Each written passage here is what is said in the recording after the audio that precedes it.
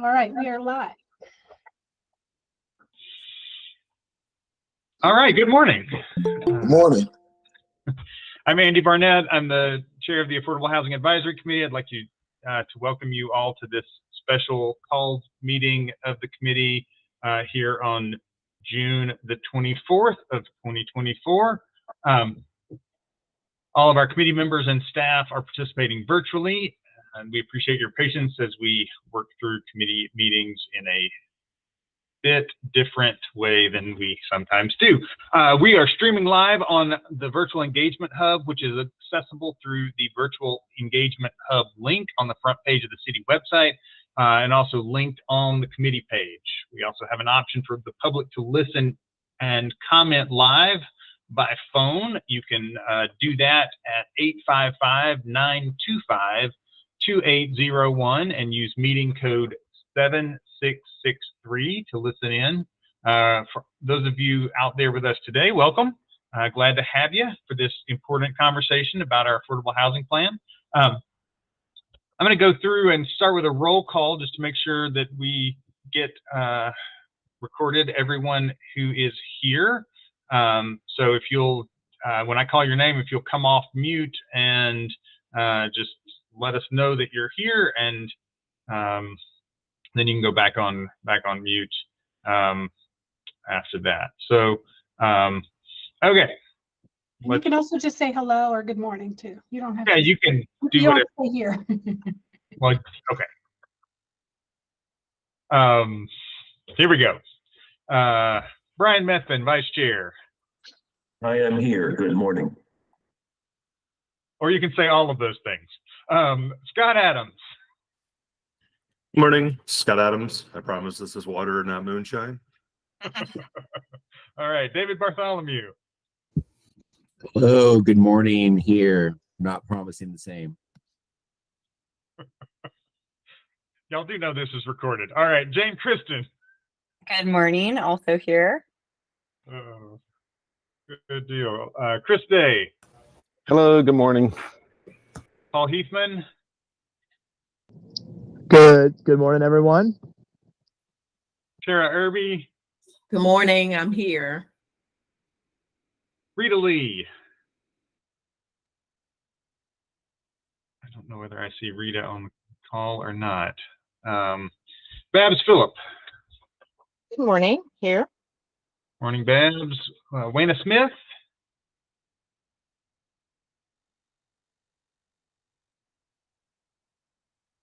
Okay, no Wayna today. Stuart Zitten.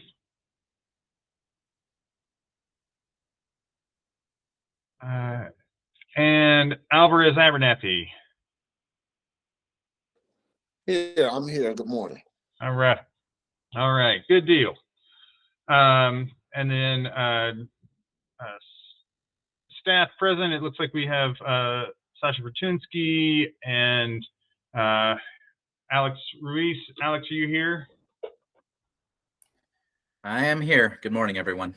Good to see you. All right. And then I don't see that that Councilmember Mosley is able to join us this morning, but Councilmember Mosley, if you're on and I don't see you, all right. Well, great. We have our first order of business is to vote on our minutes from two previous meetings. So we have in the packet that you received were the draft minutes for both March and our May meeting. And so I assume we can vote to approve both of those together in one motion, but any comments, discussions about the minutes? Chair, it looks like we had a mistake in the folder. It looks like I didn't upload the March minutes as I thought I had, but we do have them. So the May minutes are there. We do have the March minutes, but I don't expect you all to adopt them without reading them. So Okay. sorry about that. That's okay. We will eventually adopt March one of these days, sometime before next March. Any discussions about the May minutes? If not, I'll take a motion to adopt those minutes. I move to adopt the minutes. Okay, in a second. I'll second. Scott. Okay. All in favor? Aye. Aye. Any opposed? Okay, we'll call those Well- adopted. Oh, Sorry, Chair. So I just re-looked at them. The March minutes actually are there. They're just mislabeled. So I don't know if you all read both of them, but the one that's labeled 2 draft action minutes 5:30. Those actually are. Oh no, it's not. I'm sorry. I'm wrong. I was hoping. Sorry. okay, Just ignore me. that's fine. Okay, very good. Hardest part of the meeting right there. Got it done. The bulk of our meeting today is going to be given over to discussions of the most current draft, the near final draft, I would say, of the affordable housing plan that we've been working with Enterprise Community Partners on. They're coming in tomorrow. Well, I think some of us have a short meeting with them tomorrow in advance of their presentation to a work session of council with this plan. Folks have had a chance to take a look at that over the last few days, and I know we had a working group of folks who spent a lot of time working on comments on the plan. Give them a little bit of time to go through that this morning and discuss their recommendation from that working group about how we kind of get our final feedback in front of council around this plan. So does anyone have, before we jump to the working group, does anyone have any comments, discussions, reaction to the plan that you saw that maybe haven't been you want to get out before we hear from the folks from the working group who really took the deep dive on it? All right. Well, if Yeah. Oh, sorry. I only shared it with the small group that was reviewing. okay, it. yeah, Okay. okay. So with that, I will hand things over to Jane or Brian or whoever is going to give. I think Jane, you're going to give the report from the work that the small group did from all the way on the West Coast. You're in California, yes? Oregon right now. Oregon. Okay. All right. So a long way away from us, and it's early in the morning out there. So thank you for being here and being awake and ready to share with us. I'll let you take it away. Sure. So I can give kind of a verbal update first, and then Sasha, I don't know if it's possible to share item number 4 in the work plan. I'm on an iPad, so I don't have the best sharing device, but if that could be pulled up at some point, that'd be great. Brian and Paul, since you two were also part of it and met during our, I believe it was June 17th meeting, please feel free to fill in any capacity that you'd like. David, I know that you also reviewed the letter and commented, and Andy, you participated as well. So please, this can be a group effort.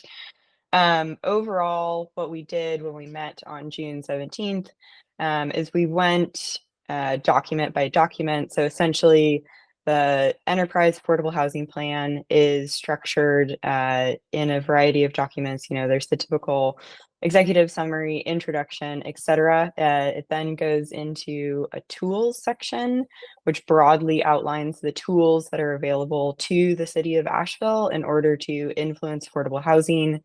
An example of some of those tools are the Housing Trust Fund, Luigi, etc. Really ways that already have financing or capital that can be deployed or already in place.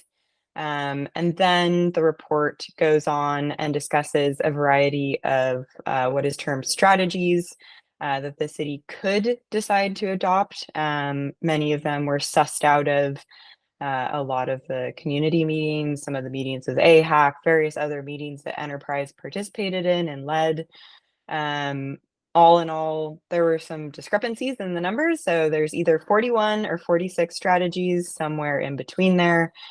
We went through all of them and provided comments as a group when we met on the 17th. So if that document is provided or when that document is provided to the broader group, you'll be able to see kind of the comments embedded overall. I think that as a small group, one of the things that we had identified as a potential outcome or solution for this that we'll discuss together is providing an affordable housing plan cover letter to the city council members that would be endorsed by ourselves, by AHAC. And if we want to pull that up, we could maybe go through it. Brian or Paul, before we start going through it, did you want to add anything further, or Andy or David, or if no one is on, since we're all part of the working group? Yeah, just Sasha, is it possible to share the folder with the entire group now? Because we're asking them to, with this cover letter, we're asking them to endorse a plan that they haven't seen.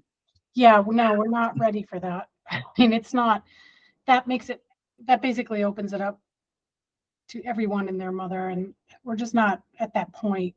That makes it completely public, and we still need to make all the corrections and address your comments before we share it. Okay. And we really don't want to share a Google Doc, right, version. I mean, what's your goal? What do you want? You want other members of AHAC to be able to see it, or see what? Well, I think what with this cover letter that Jane was just referencing is essentially that our committee would be endorsing the acceptance of this plan and supporting the elements of it. Right. Yeah. Good for people to see what they're endorsing. Sure. So I guess I will say, just as a recap of what we've looked at in this document, there's a tremendous amount of great stuff in here in terms of ideas and strategies that Enterprise has put forth. It's just still in a little bit of a rough form, I think, and lacks some specificity in some areas. So the working group that we went through sort of made tons of comments in the draft document, sort of highlighting areas where we think things need to be enhanced or clarified. Some comments in there about how they could make the document more usable by making it have more cross references. I think when Jared was last in front, from Enterprise was last in front of our committee, he showed that roadmap document. And again, one of the issues you have with that roadmap document, there's no way to easily cross-reference back to the strategy document if you want to find out like what one of those strategic elements that they're recommending in terms of priority would be. So I think there's still a lot of work to be done on the plan itself to make it a good document that we can implement. But nonetheless, all the elements are there, and we definitely have some things that we would like council to move forward with on it. Sure. And yeah, so let me, and I probably, Brian and I talked last Thursday afternoon, Friday afternoon, and I probably wasn't pushing enough on this, but so just so you all know, to give you all some context, so tomorrow afternoon, like 3 to 4:30, Jara will be giving a presentation. It's a work session with council. And the idea here is to review the recommendations and strategies, review them with council, let them know what's coming, and give them a chance to ask questions, or, you know, kind of say what's most important to them, or, you know, things like that. So it's still a work session. So it's not, we know they don't have the final document. So it's truly a work session. So there's no public comment at work sessions. And that's where the timing, the timing of your letter is a question for me. Like, is it more appropriate for your letter to be sent when we release the final document, or if that makes sense? I don't know if you have thoughts. I'm happy to pull it up now if you want. Just let me know. Andy, Yeah, what do and you maybe think? Yeah. maybe this just needs to be maybe the letter needs to be slightly amended in some way, just given the nature of the work session. I think what's important is about the letter and about getting something in front of council as they're still reviewing the document before adopting is the opportunity to really highlight the need to resource the plan. That continues to be the biggest single issue that I have, and I feel like what looking at the comments that the work session or the work group made, with 46 strategies, there's all of them will help us get to the goal of more affordable housing. Most of them are things that we're not already doing, therefore things that we don't fall within the existing staffing resources or funding resources. And right now, our only new source of potential revenue toward affordable housing would be bond, and there's limitations on how the bond funds could be used against many of these strategies. And so I think it's important from this committee to have a strong statement that the plan, if it's going to be successful, needs to be resourced. And then I also think the other key element of that letter is a statement around priorities. And with 46 strategies, there's more than we can get done, and more than we can get done in the near term. And I think coming from this committee with an endorsement that we put our priorities around rental housing strategies, both production and rental assistance strategies, it helps to create some focus within what is otherwise a really large document that feels a little unattainable at first blush. So maybe we amend that first sentence in the cover letter, that we are voting to endorse the plan or to encourage adoption of the plan, so that we can so that it doesn't feel like we've got the cart before the horse, since not everyone on the committee has seen the full document.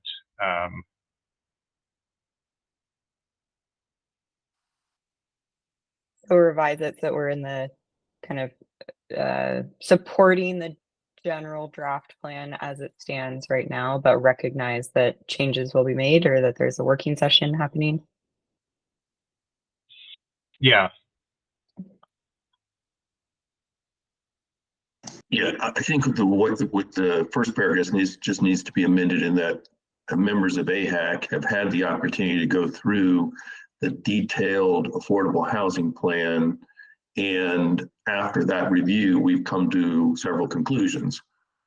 Then our conclusions are one.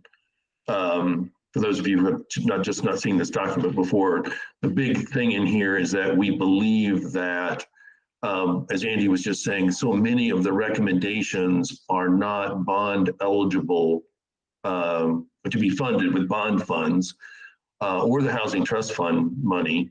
And therefore, that leads it into the general city budget. And we all recognize that the general city budget is very strapped at the moment. And therefore, we're just not going to get the right enablement of the bond monies that might pass if we don't put other funding towards some of these strategies, because the actions that Enterprise is recommending make spending the bond funds more efficient and effective. And so so we want to use those funds that we have as best we can, and therefore we need some money to do that. And what we were recommending in here is that we modify the $500,000 that the city currently puts to the Housing Trust Fund annually into another fund that could be used for non-capital purposes. So this could fund, creations of tenant databases or additional staff positions or consultants to help flesh out an idea. Because otherwise we're just not going to have monies to do that.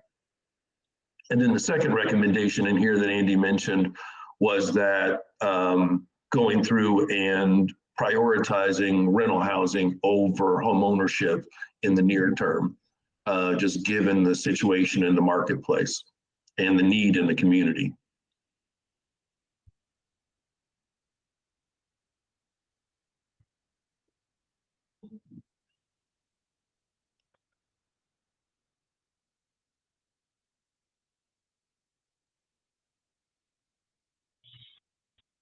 Yeah, and then as long as we're looking at the document here, that's the third point of the letter is that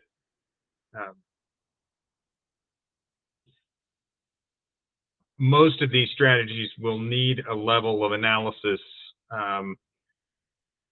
before they're implemented that we're unlikely to get from Enterprise, given the scope of their work. And so to really make sure that we in the very short term after the plan is adopted, particularly for the strategies that we identify to prioritize in year one, that we really need to flesh out a lot of the staffing required, budget required, outcomes,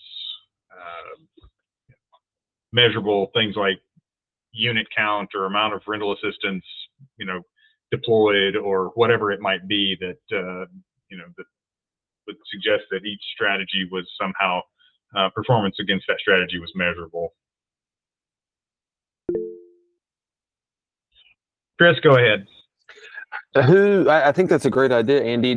Is there a sense from reading that who we expect to create those measurables and goals? Is it resources or staff that aren't actually a position right now at the city, or yeah, what?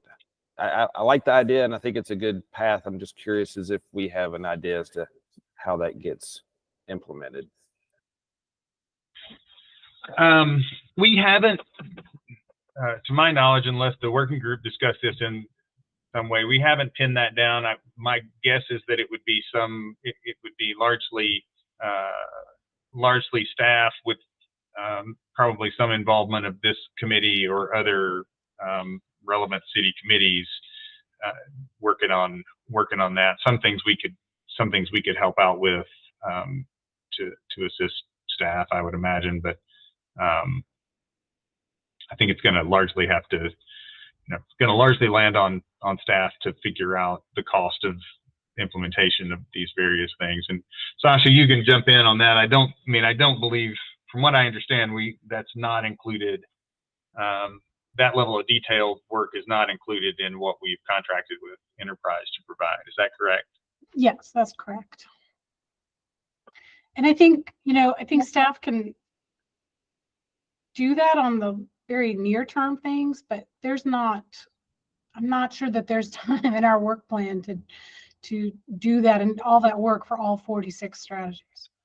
Yeah, right? and So I think it's doing what's right in front of us, what's the priorities, how can we get that done? That makes sense, right? And Sasha, let me ask this question: in your conversations with Enterprise and with Nikki and others on city staff and city leadership, obviously there's a priority, and there are priorities in the plan for year one, years 2 to 3, 3 to 5. There's sort of it's sort of spaced out like that. And clearly getting through all 46 items with a full detailed, work plan and budget is not gonna happen. But my understanding would be that, maybe for the year one strategies, we kind of flesh out what that looks like. There are about a dozen year one strategies across the plan, and I'm wondering, sort of, would it be helpful to further prioritize within these year one? For example, I looked at the implementation roadmap that they provided and looked at what had been identified as top priorities against what had been identified as community priorities, and that filtered that first year list down to about 10. If you if you really looked at what was both a top priority and a community priority, I mean, would it be helpful for us to further winnow this year one list down? To me, having too many goals is almost worse than having no goals at all, right? Because you can't make progress on all of them, or you end up doing all of them a little, all of them a little bit and achieving nothing. Like, would it be helpful to further hone this down? And I guess the B part of that is, does that feel like a helpful role that this committee could play in thinking about the implementation? If you can do that in the next 5 days, here's the thing. We spent a lot of time trying to winnow it down to what, and I think on the one hand, sure, it's easier for staff if it's a shorter list. And at the same time, every time we try to take something off, somebody pushes back and says, that has to be on your, you know what I mean? So it's tricky. And I think just to be, and maybe I said this in your last meeting, and so forgive me if you've heard this, and several of these are not in our department. So number here on line 4, increase regulatory incentives citywide to increase housing production, support other that's a planning and urban design strategy. Incentivize transit-oriented and accessible development. That's both of our departments, and that you could do through, points and funding, but also through zoning issues. Modifying review thresholds for developments. That's a planning and zoning. So, and some of these things in this year one we're already doing, right? So, supporting construction of affordable rental housing, we're already doing that. Enhancing existing city tools, that's, changing Luigi and maybe further tweaking the housing trust fund policy as needed. Let's see. Requiring all developments that receive city funding to accept rental assistance. That to me seems like a simple change. And it may be part of the conversations with Luigi as well. Increase, the biggest thing, maybe what is new here, increasing awareness of existing resources and rights. Some of, agencies in town are doing that. And I think I've had very, very preliminary discussions with my colleagues in this department. It's almost like, because Debbie Alford with the homelessness strategy division is doing a lot of community engagement, and so is Land of Sky. We need some coordination and, kind of packaging so everybody knows everything, or we make that available and accessible. So I kind of feel like a lot of these things are already underway in year one, and that's partly why we put them there. And just a reminder, year one is like things we are going to start doing in year one. Doesn't mean they're completed in year one. I think we also, maybe since we shared this with the small group and AHAC in general, we did move increase acceptance of rental assistance from medium to short.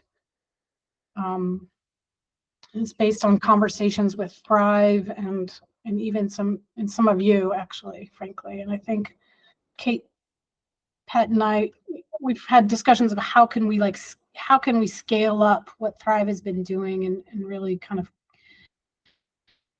be able to, like, if the city could, for all the apartments we fund, if we can direct landlords to the tenant list to use that. And I'm thinking of the centralized wait list, actually. I'm sorry. Mhm. But it's kind of, to me, they got to go hand in glove. So, I mean, are there things in this short top priorities list that you think shouldn't be there? I guess that would be my question. Well, I have some thoughts on that. I want to ask you a question before I answer yours. So you mentioned that a lot of these strategies are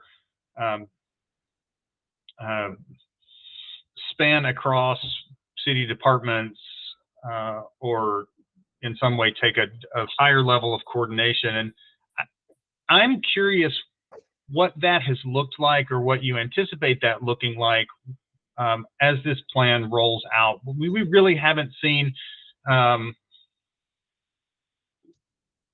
the work that we've done on this plan to date in the meetings that I've been involved with have really been, Sasha, with you and occasionally with Nikki. We really haven't seen, I haven't been a part of meetings around this plan where even the full kind of community development housing team has been involved. I'm just wondering what's the level of what's the level of energy across the city with city management around this plan. And I mean, there's a lot going on with the homelessness plan and lots of other things. Like, how much political capital are folks at the sort of city manager, assistant city manager level putting to this? And do we have that level of coordination that it's going to take for things to, if this comes out of affordable housing and needs support from development services or planning and zoning, like, do we have that? Is that built in, or do we need to think about what how we build support for this once it's adopted? I think we do. I mean, we've had a fair number of internal meetings, several with planning and urban design. Affordable housing is a major, or housing in general is a major priority for them. Planning, it's also a major priority for the Planning and Zoning Commission right now. I think from a very high level, I would say that we want to just, and you all understand this, being careful to not overpromise and underdeliver. We want to underpromise and overdeliver. So I think DSD, Development Services, hears a lot about housing. They care about it. We've had multiple conversations about some of these, a few of these things, particularly I think they're restarting some of their work with developers and having a development forum, which used to be a regular thing that we can plug into. We're getting a whole new permit software system. It's still a year away to being fully operational, but it's going to let us track housing and types of housing and so much better. It's going to be amazing. I'm pretty excited for that. So I think in terms of staffing, just so you all know, I know Andy and Brian have heard this, but maybe we said this in our last meeting, but how it's going to work is that, the bond referendum's on the ballot this fall, super important. And then next spring, when city council is adopting a new budget, that's when we would be getting new staff and to help with spend the bond money, right? So, and after this plan gets finished, Nikki and I are working on we'll be working on a staffing plan. And so all of this information and your feedback can feed into that as well. I I think we talked about this in your last meeting. The city was in a budget shortfall, so was the county. Sales taxes have kind of plateaued or decreased enough that, you know, we're not in the same position we were a year ago where we had a lot of money. So things have tightened up here significantly. But I think everyone's committed to doing everything we can with what we have.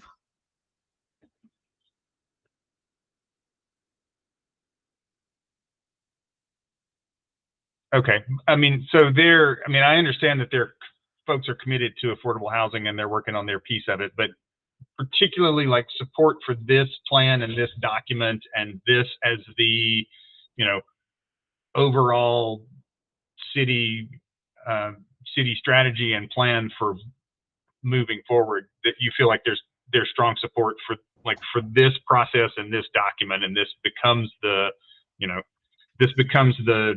anchor for all of the work that folks are doing and how people will guide. I mean, because if we have all of these priorities and we have a whole bunch of things like, you know, new permit software and new this, and like, if everything that people are doing around affordable housing aren't here, and then we also have all of this, then it really does begin to be something that is unmanageable. Well, I mean, I think there's strong support for it. I will say that we did not put everything like from the homelessness plan in here, like the National Alliance plan, you know, so I think it's our job to make sure that we weave all these things together. If we tried to put everything the city's doing into this plan, it would be it wouldn't be a usable document anymore, I don't think. Yeah, I mean, I hear that, but it also feels like if we haven't captured the work that people are doing into one of the strategies, if they don't see a way that the work they're doing supports the strategy, then either, you know, that work feels superfluous, or these aren't actually the strategies. I see. Yeah, that's an interesting point. So I want to get back to sorry for that tangent. I want to get back to the question that you asked, and I have some thoughts, but I'll throw it out to the rest of the group as well. You know, so the question was, are there things that we, you know, that we could eliminate as top priorities? And I'll just, you know, I'll just take through a few of these, right? So this goal of continuing to partner with nonprofits on homeownership readiness initiatives, that really, like, it's not really a great goal because it's continuing to do something, and it's continuing to do something that we're not really doing, right? So, you know, the only homeownership readiness initiatives that I know that the city is partnering on is you know, a small amount of CDBG funds to On Track Financial. Otherwise, there's very little city funding going to other homeownership preparation work that's happening. So that one feels like if all we're going to do is continue to fund On Track, then that's not really a goal or a priority. We can get rid of that and just do it when the CDBG applications come around. And then if we want to kick that goal down to short or even medium and figure out what that actually looks like, what real support looks like for a very focused homeownership readiness program that maybe is built around, you know, a down payment assistance tool or homeownership production, like that feels like, you know, that feels like one that maybe is not as much of a priority. Regulatory incentives. I mean, you already touched on increasing awareness around resources. Regulatory incentives, that does feel like something that needs to be worked on, but as you mentioned, it's not in the CD department, so or exclusively. Supporting other plans that and initiatives that diversify housing choices, the missing middle study, that was a high priority in this ranking, but not a high community priority in the document that in the full roadmap page. that Jara provided. So maybe that one kicks down. Again, it's mostly work that P&Z is doing. So I kind of feel like we could go through these if it would be helpful. We could go through these and shrink them down in some way to give you a handful of strategies that would really be meaningful. It also feels like, making these priorities or making these goals a little bit more measurable so that it was easier to report what had happened. So enhance existing city tools. You were able to name off several things that were actually measurable around that. Luigi revisions, HGF revisions. Like, let's go ahead and put that here so that we know that it's, we know that at the end of the year it's done. Anyway, I'm going to stop because I feel like other people have thoughts and I've been talking a lot. So I think I saw a hand. Maybe it was David a minute ago. Did somebody want to get in here? Yes. Is David on? Did you say somebody else needed to? You saw a hand first? I think No, you go can ahead, go. Sarah. So Go the ahead. only thing that I would say in terms of the document itself and trying to prioritize and trying to make sure we have a good working document good recommendation. What we don't want to do, I think, is to lose the comprehensive nature of this document. It is a working document and we should see it as that. Because a lot of thought and meaningful discussion and all of that has gone into trying to flesh this out and prioritize things. If there is a way that we can prioritize without losing the details of it, because not only do we want an end document, but we want to also be able to understand what our thought processes were around coming to the conclusion or the accumulation of a recommendation. So I just want to guard against us not pairing too much where it, at the end of the day, loses the intention of what people were thinking and what people felt like we needed. So that's just a warning as to how we go forward and make sure we don't lose the detail of it. Your example was great as it related to working with other organizations. Yeah, that may not be a top priority. We may not be doing it, but it's certainly a thought and a part of the process. So we may not want to lose it. We may not want to prioritize it, but we don't want to lose the thought of it either. Yeah, no, Sarah, thanks for that perspective. That's good for balance. I guess I've spent a lot of time looking at this, and so I'm ready to move to, like, how do we turn it into action? And so a good reminder to keep that balance between a working plan and an aspirational plan. Brian, you want to jump in? So I think one of the issues here, I don't like the fact that we're prioritizing based on what we're already doing. That just seems to be a self-justification for existing work plans. And if that's the reason we've done things like continue to partner with readiness or increasing awareness of existing rights, that's not the way to prioritize. But the big thing here, a lot of what's in here has to flow through either some other departments in planning or our tools that we've got, like Luigi and Housing Trust Fund. And in order to achieve the objectives of the tools, you need to reach into things that we put off into the medium and long term. Because, like, how do we ensure that people who live in Asheville actually get into the affordable housing we build?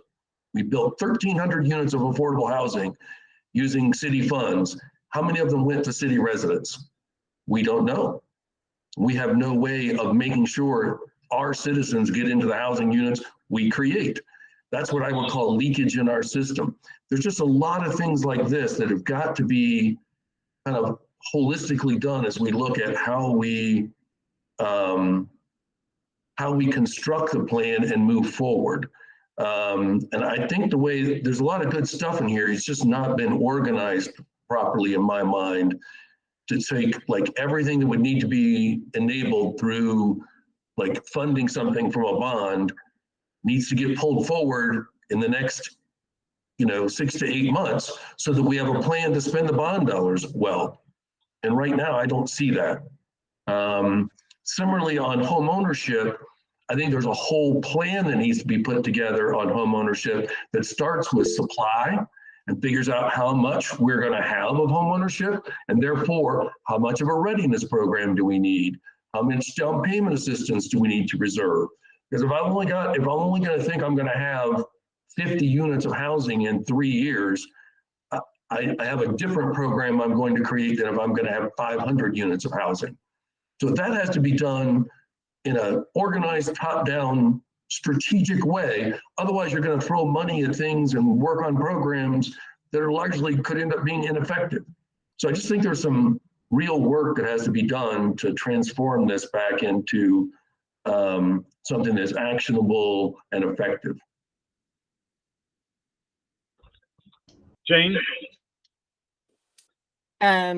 Just recognizing the timeline, like Sasha, you had said, if this can be reprioritized or kind of slimmed down in 5 days, that would be helpful. And just also thinking about what we had brought to the forefront with the cover letter and the intention of that.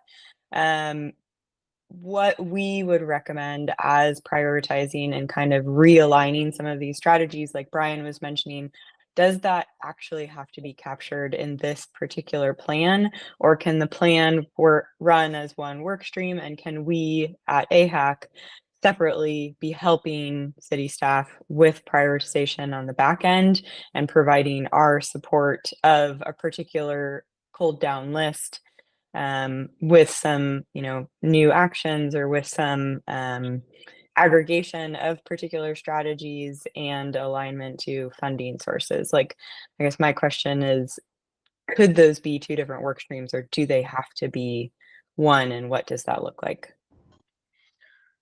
It's a good question. I was thinking something similar. I guess why I said 5 days is because what we're trying to do is get this published by the end of July. And so what that looks like is handing over like all our additions, by next Monday to Enterprise, and they make changes, and then then it goes to like the graphic designer, right? And then they're laying this thing out and putting in some insert boxes. There are some things, I saw some comments, like there will be some like insets, like examples from other places and stuff like that.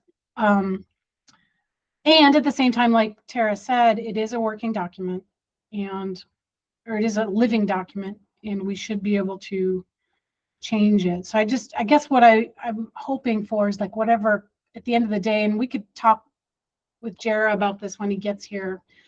If it's just the implementation roadmap that is really the thing that we're editing and everything else stays the same, maybe that's a lot more doable, right? Because at the end of the day, it'll be in some kind of like, say, Adobe InDesign document or whatever, and that we do have people on staff who know how to edit those. It's not that we're stuck completely. So I think there's a middle way. And I want to make a quick correction to myself.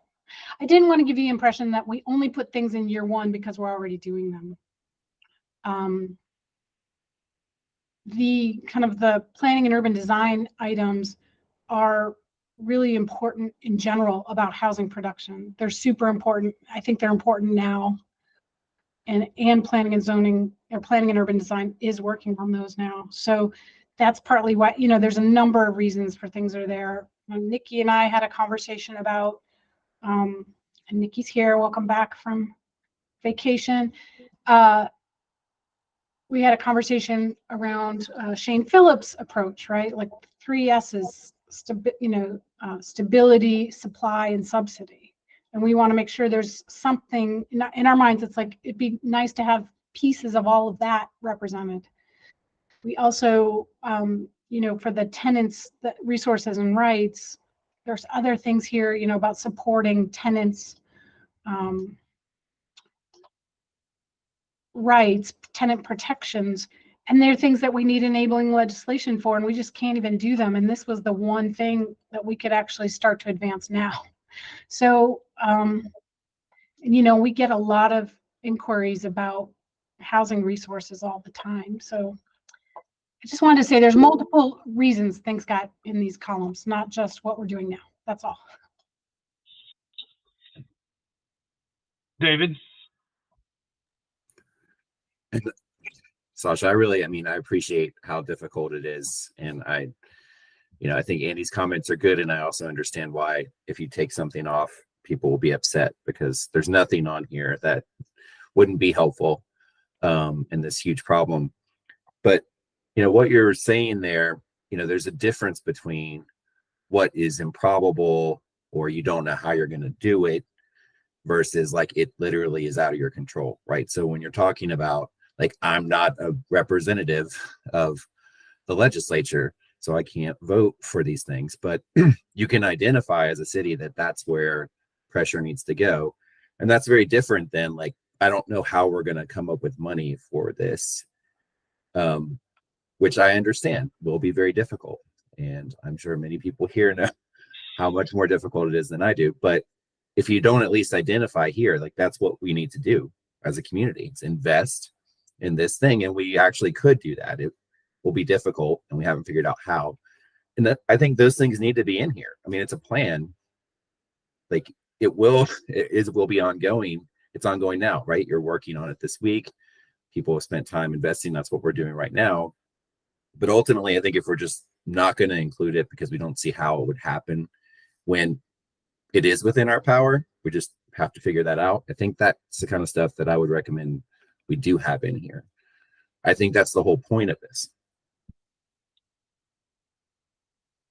Is there anything in particular you're thinking of that you think should be somewhere different? I mean, I know we didn't totally adopt all the changes that were recommended in the last AHAC meeting, but. Well, I mean, I'm talking in general about it, but I mean, I think Andy pointed out some of these things, that you have in here are not top priorities. At least that's not what a needs assessment. And I don't think that's what the survey said. And I went to the meetings, didn't seem like that. If you've got increased acceptance of rental assistance ahead of, like, creating rental assistance, that's not great, because there's not much rental assistance out there. So increasing the acceptance, while it's an easy win, it's something we should do. It's not as important to the community as actually making sure that resource is available to the community. So I understand that that's difficult, and it might take more time to figure out how to coordinate with the county and, like, who's going to fund it, and are we going to increase taxes to do it? But if you're saying what is the community's top priority around these things, well, I mean, I think they're telling you, like, it's unaffordable, and if we prioritize renting, we need to create assistance for those people, and we need to make that the top priority.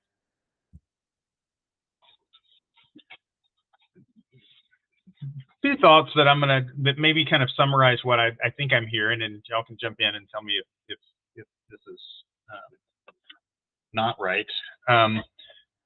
And I think this came up a little bit when we met with Jara the last time. Part of what might be hanging things up with this particular page of the roadmap is the use of the word priority.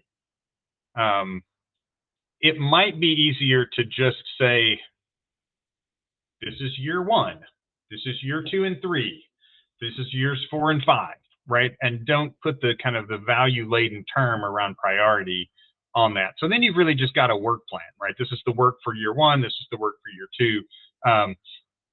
And it doesn't get into the question of, is this in year 1 because we're already working on it, or is this in year 1 because it's very important, or is this in year 1 because it's very time sensitive? Like, it's just in year 1. So that may be one thing that would help, just in the way this in the way this reads to community members when they see it, right? Because that's ultimately what you're talking about, is what's going to be the public reception of this when people see it. And after community members have, been given lots of opportunities to give feedback on the plan, and they have, they see things that were important to them,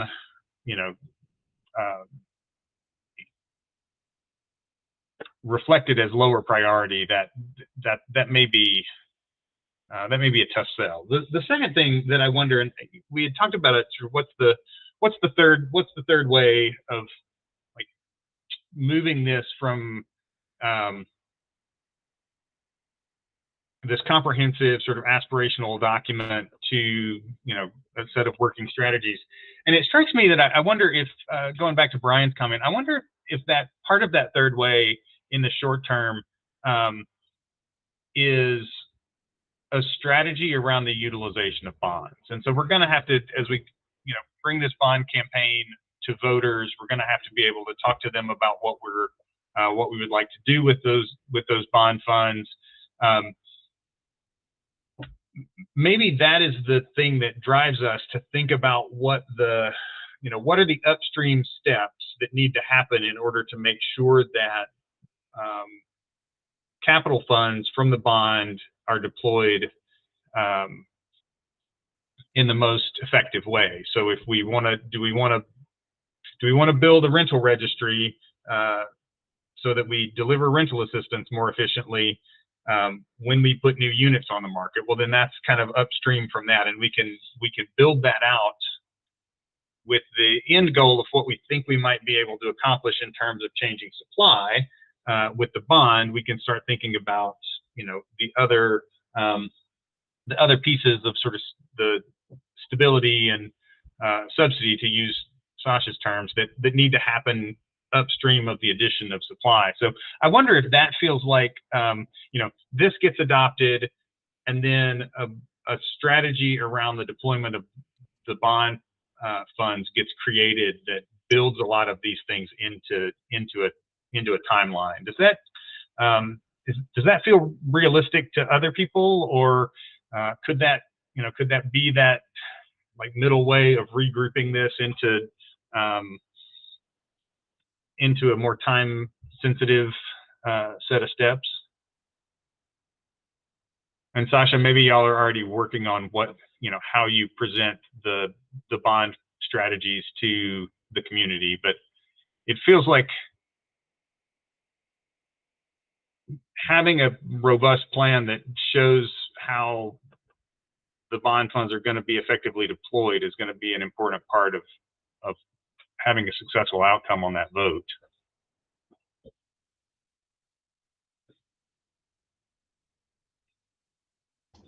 We're not there yet, but we're definitely thinking about it for sure. Yeah. Brian?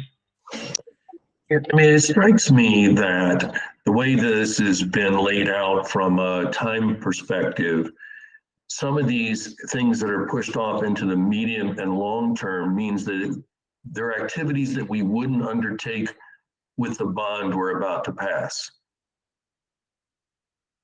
because they would fall. Because my understanding, the bond is going to be over a 4-year period of time. And so you'd be saying, okay, well, we're just not going to do anything about preserving and improving mobile home parks in this bond cycle. That would be the next affordable bond cycle.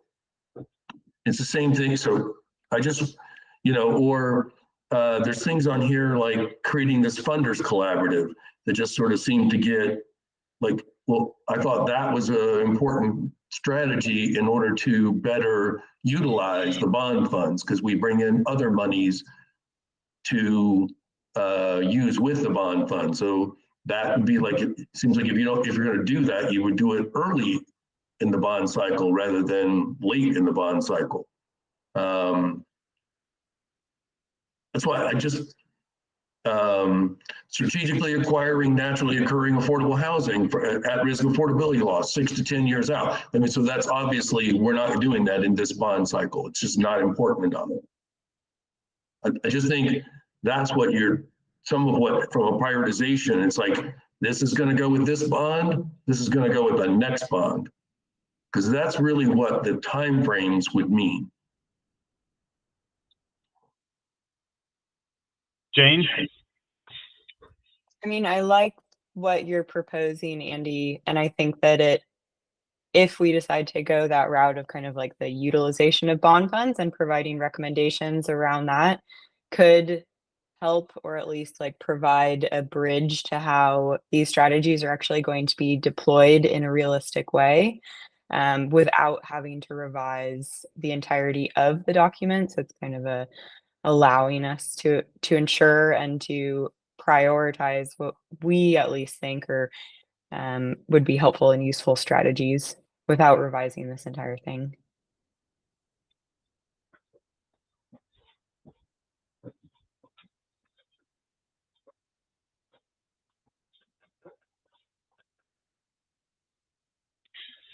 So is that information that we would like to, again, thinking about the work session that council's going to have tomorrow, is it important to the group today that one of the things that we communicate is linking these tasks into a workflow that leads to the effective deployment of bond funds? I mean, is that something that we need to put out on the table, or feedback that we need to give JERA, that we, or to council, that we need to like make another slice at this that says, where do we want to be? What do we want to accomplish in terms of new housing production that's funded by bond funds, and what do we need to have in place upstream in order to really make that feasible? Is that a core kind of conclusion of this group from this discussion?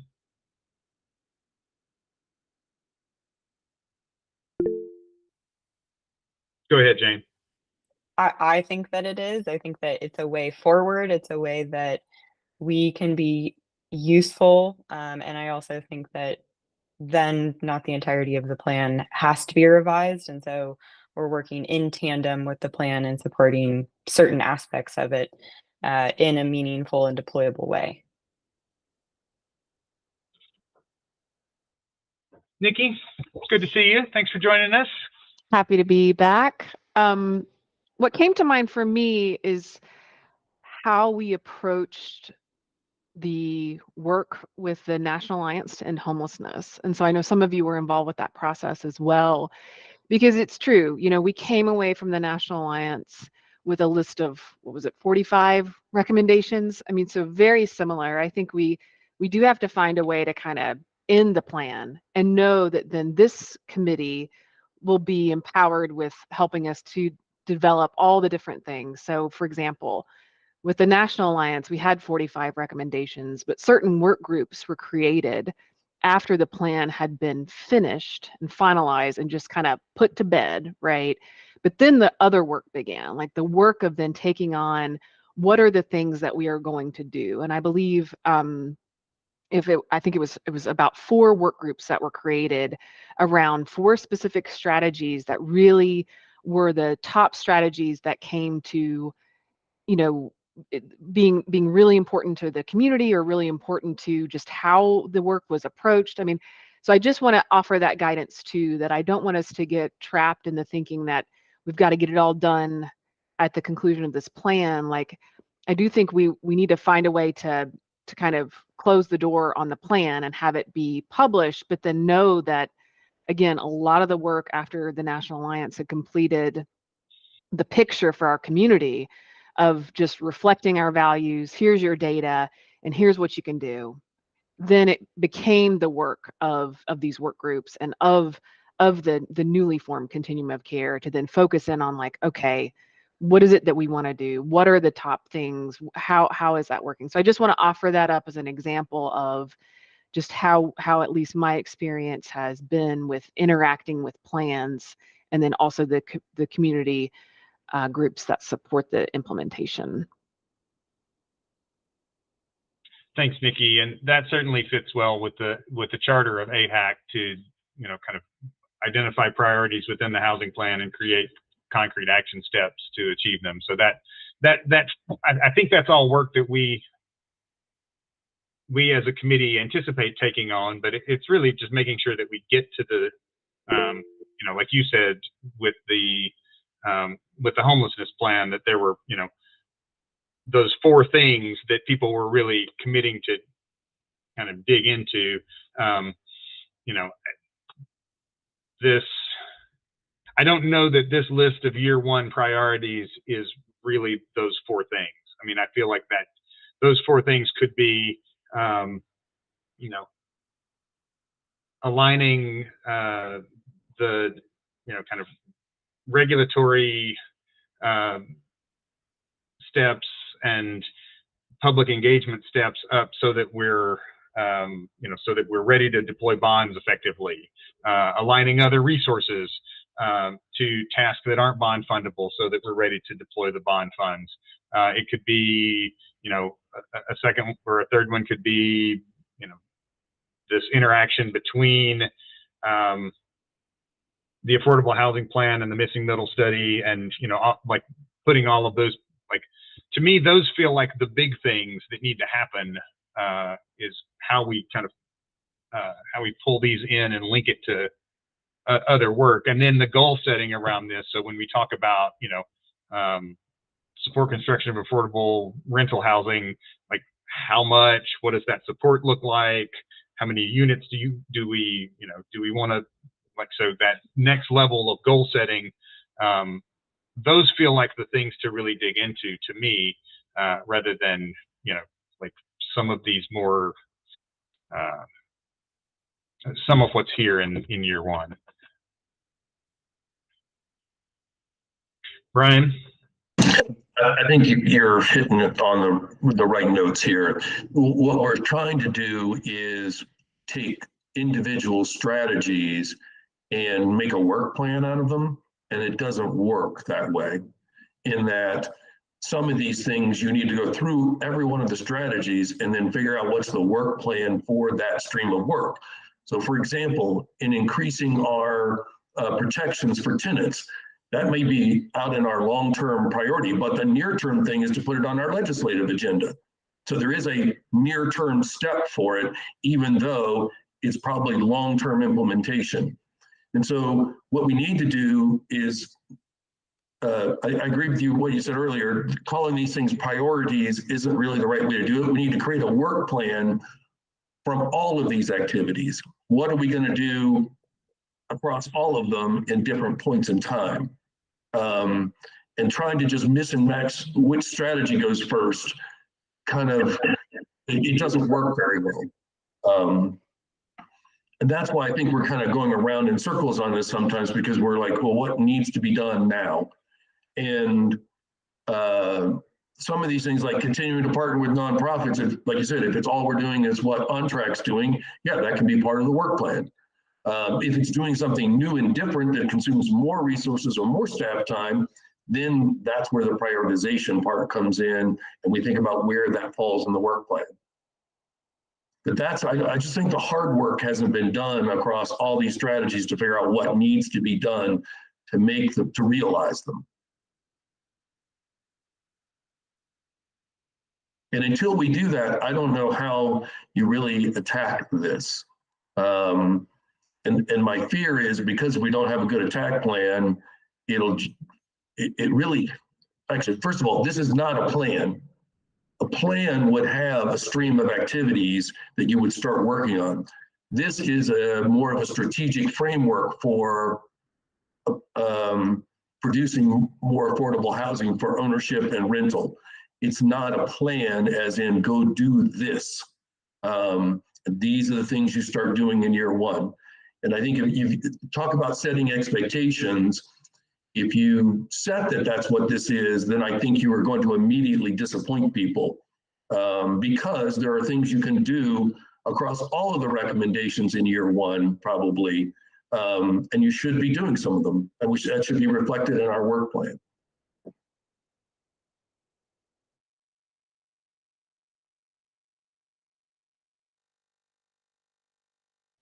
We have about 20 minutes left. And I want to make sure that we've heard from some folks that we haven't heard from. If they want to get in there, I want to see if we can wrap up and then see if we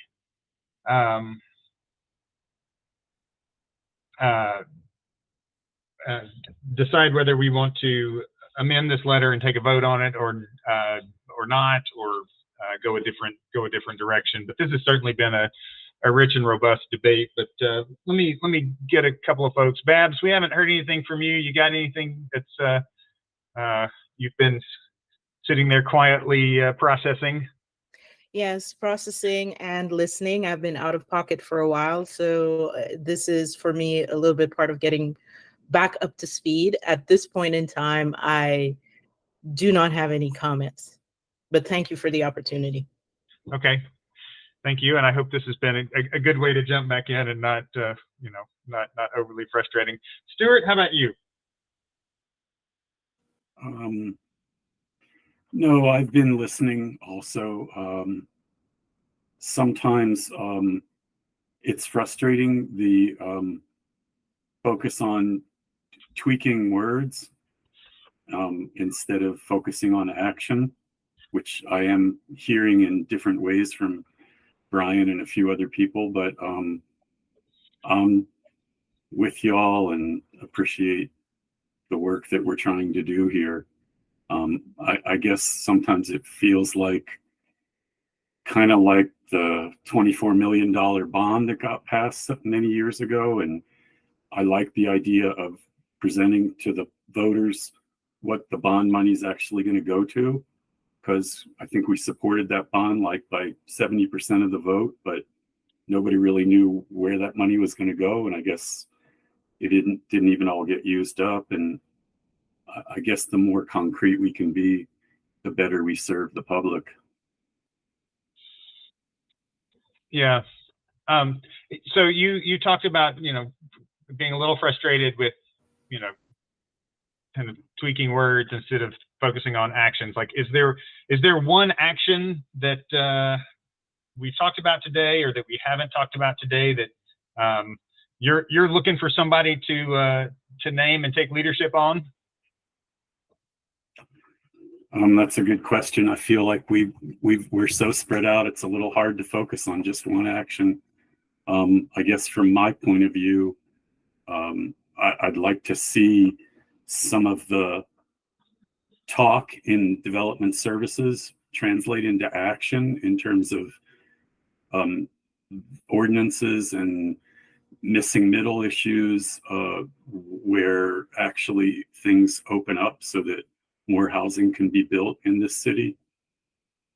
I guess that's a big focus for me. And it seems like everybody talks about it being a very high priority and everybody talks about a lot of people being on board, but not much has really happened with that. Okay. I think, I guess the main thing, it seems to me, we need to throw money at some of these things, throw money at rental assistance and throw money at producing more housing and throw money at the nonprofits that are able to do that. And maybe that's what this next bond vote will achieve.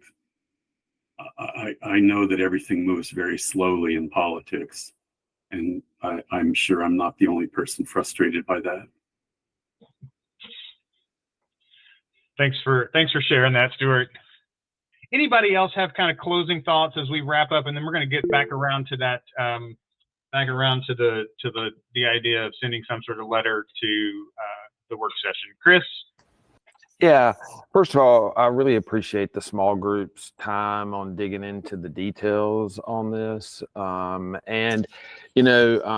something that Brian just made reference to really resonated with me.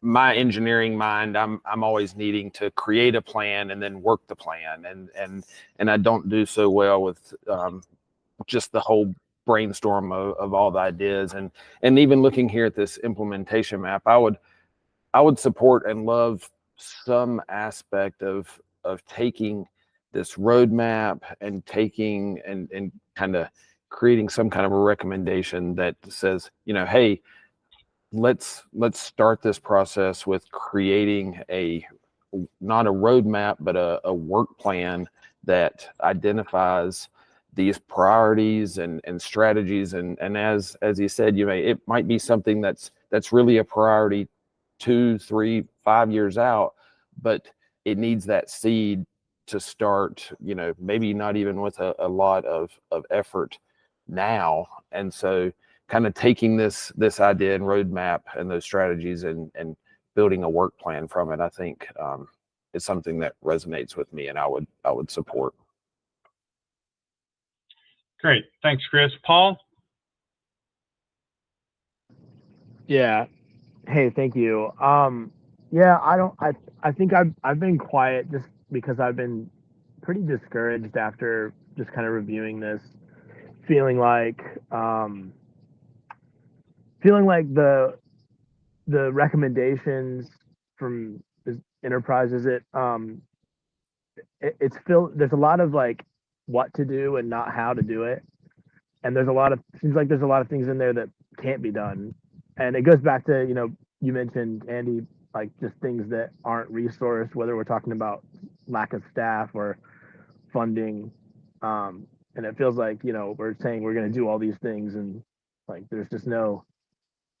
It also comes to mind that maybe this is just my lack of experience in how government works, but like, what does success even look like? Like, what if we have this long list of things, is success getting them all done in the first year? I think in my world, if I have a list of things to execute within a certain amount of time, they all have to be done.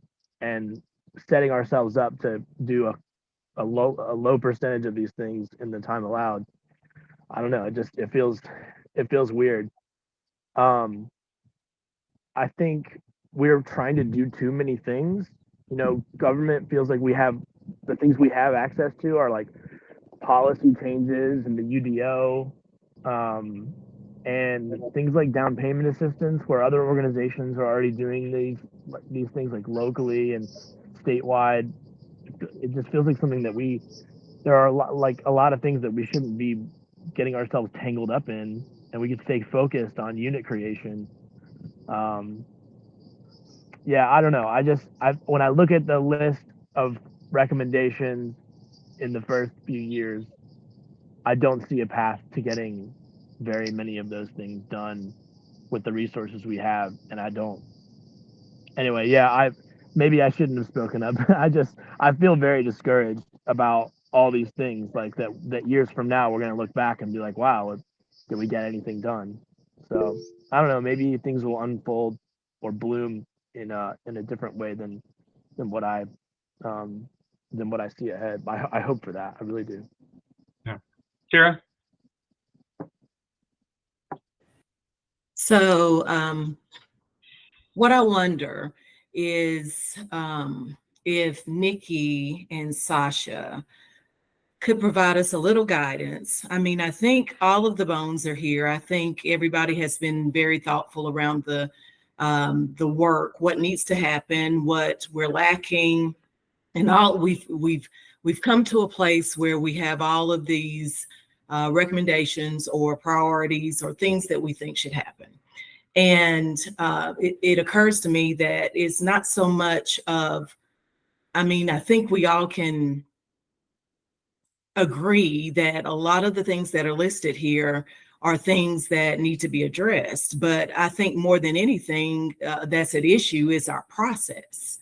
And so being able to, you've guys done this before. You've provided, as staff, provided counsel as to how these things go about. What are we missing here that is causing so much frustration as to how we go forward. What do we need to, what are we not considering? What has happened and what has worked in the past when people have put their heads together and tried to bring forth a good working plan? How does that happen and what are we missing? That's a great question, Tara. And I think, Sasha and I can respond a little bit with just, again, how we've seen it in other ways, because and honestly, to Paul, your point, like, I feel like my experience with plans, they're often very aspirational, where it does include everything. And I'll be clear, like, part of the biggest struggle from my perspective that I experience is, out of the entire universe of things, to be able to address such a large problem facing our community, how do we decide what to do next? I think we constantly try to answer that question in terms of what do we need to do. I mean, I think more and more we're trying to lean into data to really understand, like, what has worked in the past. You're seeing some of that reflected here. Like, well, what has worked is, leveraging market rate development by using Luigi to make sure that as those units are built based purely on market forces, that we have a way to claw in some affordable housing production out of it. I mean, the same thing that also tempers that is just within the state of North Carolina, often our tool is incentives or regulatory. We don't have a lot of policy manners, mechanisms in which to do things that really address things like tenant protection, or even as we talk about rental assistance, I'm unclear on exactly how we would fund that. So again, there's just all these things that do, from my perspective, influence how we decide on what to do. Then there's also this element of, how can we focus on doing things well? Because the other challenge that I see with staff and with our team is that we don't want to get too spread thin, because we may then spin our wheels with doing a lot of things to make sure that we're trying to meet every goal, but yet they're not being executed at the level that is where we want them to be, right? So all of those things, I think, are things that I face. But again, it seems to be the pattern is that when we develop these 10-year plans, there is a lot of elements that are very aspirational. But I do think this conversation is great, because yes, that's exactly where we are. We're seeing this plan kind of come together, but we're all asking ourselves, what is it that we really need to do, and how do we focus those efforts? And so I know Sasha, she might draw on some of her work with doing the downtown master plan, right? Years ago, where it set forward, what is the vision for downtown, right? Another robust kind of visioning plan, but then the implementation is often, again, where you dig in for another year to really figure that out. And so I'll ask her to speak for that, Sasha, if you want to come on screen and just maybe give some lessons learned with that. And I have to bounce at 11, so I just wanted to pass the torch to you too. Oh, thanks. I mean, I just had commented to Nikki, some of our discussion reminded me, and partly what Brian was saying, it's a framework and then you create a work plan.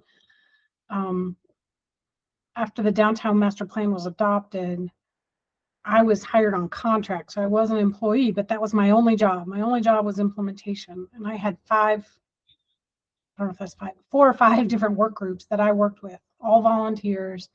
Some were part of the downtown commission, but some weren't really. There was actually a call for people to be involved. So it wasn't like, if we analogous to this, it wouldn't just be AHAC members. You could draw on some other folks in the community to help out with specific strategies. And so, and some things moved forward and some things didn't. So, the coding part, we completely changed the downtown code. We got a bid to vote in 2012, which was a major one. So it actually took 2 or 3 years to do that implementation work. Sorry. And, but that was my job as a contractor. So that was helpful to staff, because there wasn't a staff person to do that work. So.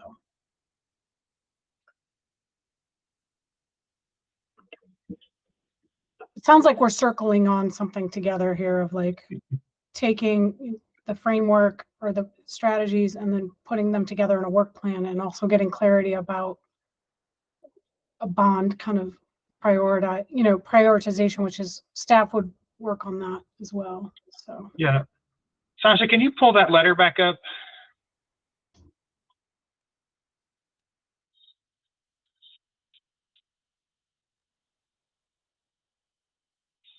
So if I go back to this based on the conversation that we've just had, there are really, again, three pieces of this that roughly follow what we've talked about. One is sort of the looking at, a recommendation for one way to achieve the funding needed to implement the non-capital portions of the plan by repurposing general revenue. That middle paragraph, which is talking about really, when it comes to prioritizing activities within the plan, prioritizing our rental housing strategies and rental assistance strategies, and then at least in the near term, and then the next paragraph, or the fourth paragraph, where that has the bullet list on it. I mean, that really basically was the idea of that there is another level of detail or work planning that needs to happen, and you can see the final sentence there that, like, as a committee, we'll work on a kind of annually looking at shaping at least our committee work plan around that year's kind of chunk of this broader plan. So this doesn't capture all of the nuance of the discussion that we've had today, but I do think it hits on kind of three of the big areas that we've talked about: how to resource the plan, how to prioritize within the kind of various scope of activities, and this need for some sort of kind of next level of actionable detail. So let me leave this here and say, do we think that are folks generally in favor of the idea that we send something like this in to council as part of the council work session on the plan that reflects, what we've discussed today and what the working group proposed? Does that feel like a good step to folks to send something to council's work session? I think it still makes sense. Okay, and I'm getting a thumbs up from Paul. We won't do a formal vote until we actually vote on the thing, but there's no point in voting if people don't like the idea. Anybody not like that idea? You might feel like that's just like the wrong way to go about this, or it's the wrong timing to do it now before the work session. Andy, my question would be, if not this, if we don't, what are we going to do? And, how do we go forward if we don't send them something to consider?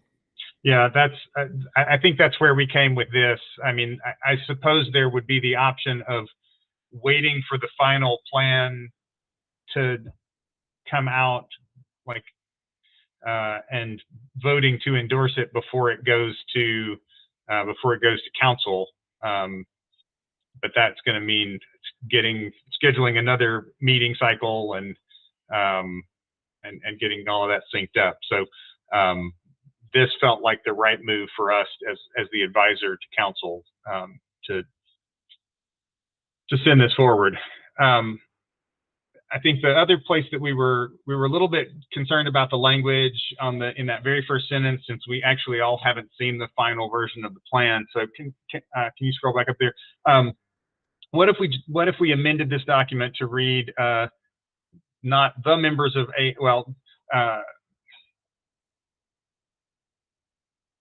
members of AHAC reviewed the affordable housing plan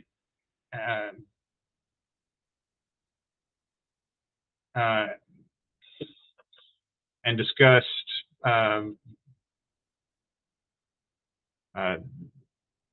in a meeting of the full committee on 6/24 And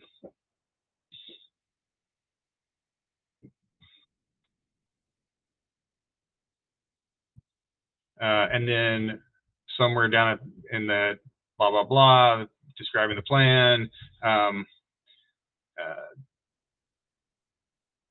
Why not after that, June 24th, just add the sentence,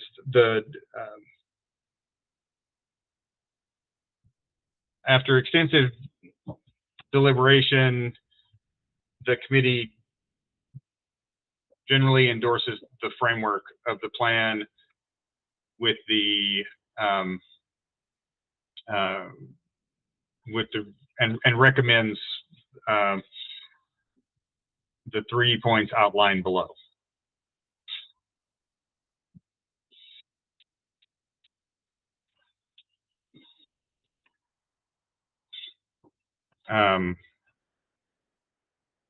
Sasha, can you take that sentence, the sentence starting with after and ending with below, and add it to the end of that paragraph?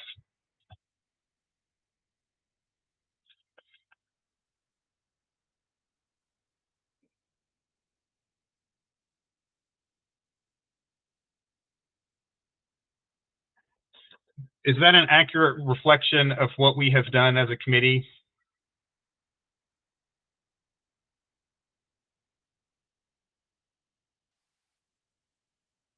I think so.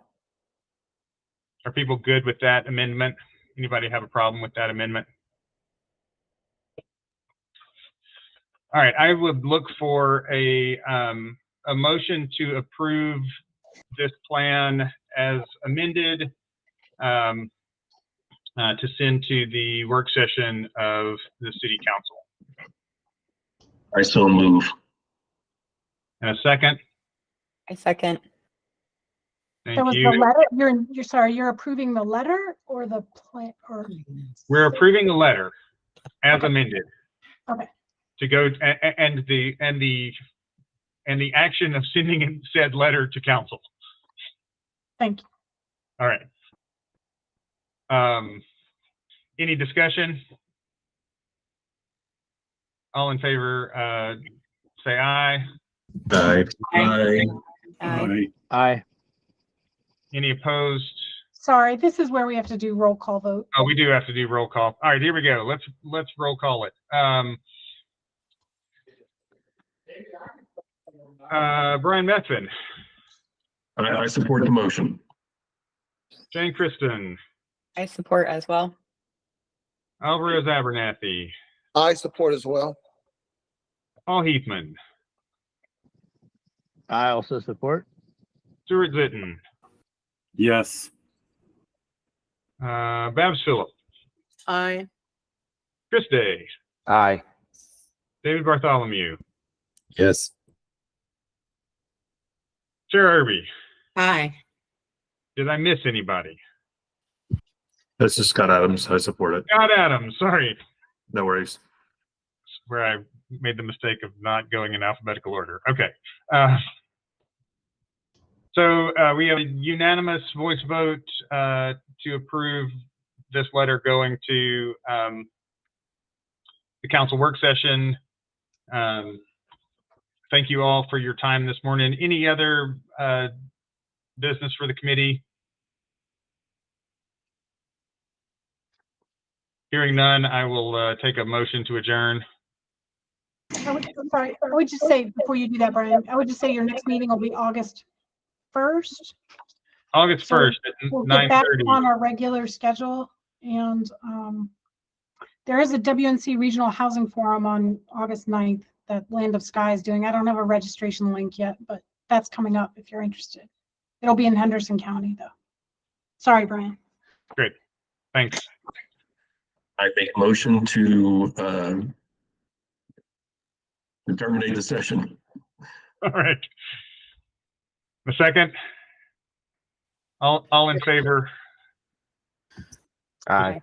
Aye. Log out. Okay. All right. Very good. Thanks, y'all. Good meeting. Appreciate everybody's participation.